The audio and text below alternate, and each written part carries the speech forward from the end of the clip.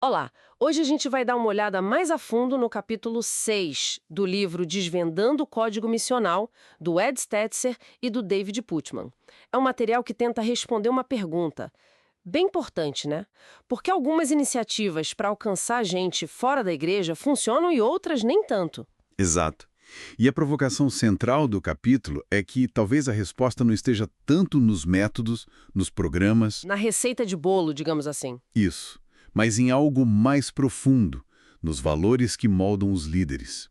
A ideia é que líderes que desvendam o código têm um jeito diferente de pensar. E isso gera igrejas diferentes, que fazem a diferença, certo? Perfeito. E quando a gente fala missional aqui, é sobre uma igreja que orienta tudo, o culto, a comunidade, a liderança, para participar da missão de Deus no mundo. Especialmente pensando em quem está fora, né? O argumento é, a base não é a atividade, é a convicção. E tem aquela ideia da missão como tradução. Isso. Inspirado em como Deus se relaciona com a gente, dentro da cultura, e Jesus como o grande modelo de encarnação cultural. Ok, vamos pegar esse fio da liderança. Então, o texto liga muito a formação espiritual do líder com a eficácia da missão. Cita até uma pesquisa, né, que me chamou a atenção. 71% das barreiras para a igreja influenciar a cultura seriam internas, da mente e do coração. É isso, 71%. É bem impactante. Mostra que o trabalho começa dentro, né? Com certeza! Faz pensar onde a gente gasta energia. Exato. E para entender o que formam esses líderes, os autores falam dos 6 Cs. 6 áreas conectadas. Os 6 Cs. Vamos ver. Podemos pensar em dois grupos, talvez o motor e a capacidade. O motor seria o chamado, aquele senso forte de propósito, sabe? Às vezes, para um lugar, um povo específico. São líderes que não esperam acontecer, eles criam as oportunidades. Criam oportunidades. Interessante isso. É.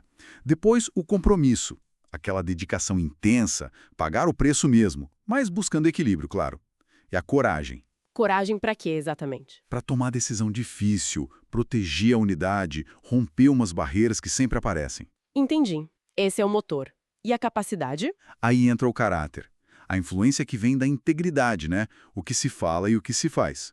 A competência, que é aprendida muito na prática, tentativa e erro, Aprendendo com os outros também, imagino? sim, e se adaptando ao contexto. E, por fim, a compreensão.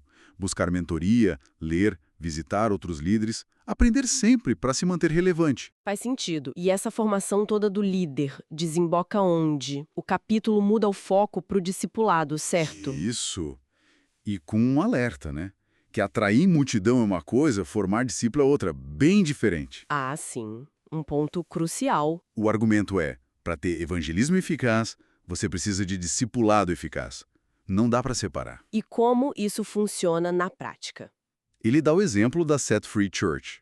Eles evangelizam em parques, alcançam muita gente, vários ex-dependentes. Uhum. E aí, o que acontece depois? Um discipulado super intensivo, que transforma essas pessoas em membros ativos, alguns até viram plantadores de igreja. É formar mesmo, não só converter. Entendi. É um processo completo. Exato. E esse discipulado tem 3 pilares, segundo o livro. Viver como Jesus, humildade, esvaziamento, tipo Filipenses 2. Amar como Jesus, um compromisso ativo, ser exemplo, e deixar o que Jesus deixou, que é multiplicar. Discípulos que fazem discípulos, igrejas que plantam igrejas. Multiplicação. Isso, como o Neil Cole fala, citado lá, foco na reprodução, não só em somar gente. Mas, deixa eu levantar um ponto. Focar tanto assim nos de fora, nos não alcançados, não pode gerar um certo desconforto ou até negligenciar quem já está dentro? É uma tensão real, com certeza. O livro reconhece isso, mas argumenta que a natureza da igreja é ser missional, é ir para fora. O foco dos não frequentadores e não alcançados, 2 dos 4 grupos que eles identificam, é visto como essencial. E como equilibrar isso? A proposta é fazer umas perguntas-chave para entender esse público de fora, onde eles estão, quem são eles, por que não vêm para a igreja e o que Deus já está fazendo na vida deles. Investigar mesmo, né? Sim, a ideia é remover barreiras de imagem, culturais, de nível de compromisso exigido, mas, claro, a barreira do evangelho em si, essa não. essa é inegociável. Entendi. E essa remoção de barreiras, como ela se reflete no jeito de evangelizar? Então, a abordagem precisa ser contextualizada. Não é chamar a pessoa para voltar para um ambiente totalmente estranho para ela. É levar o evangelho onde ela está, na comunidade, nos relacionamentos lares, vizinhança, sabe? Onde a vida acontece. Exato. Na experiência, criar ambientes seguros para a pessoa poder experimentar a fé cristã sem se sentir pressionada e no serviço. Serviço? Como assim? O voluntariado é visto como uma porta de entrada, um acelerador espiritual. E olha que interessante, envolvendo até não crentes em ações de serviço. Nossa, que sacada! E isso leva naturalmente para a necessidade de ter expressões culturalmente relevantes de igreja. A forma da mensagem, do culto, do discipulado, tudo tem que fazer sentido ali. Tem uma citação do Harvey Cohen que é ótima, onde Deus fala a minha língua, ali a igreja cresce. Não é mudar a mensagem, é a forma. Faz todo sentido. E tem mais um ponto, né? Sim, para fechar, o capítulo menciona a batalha espiritual.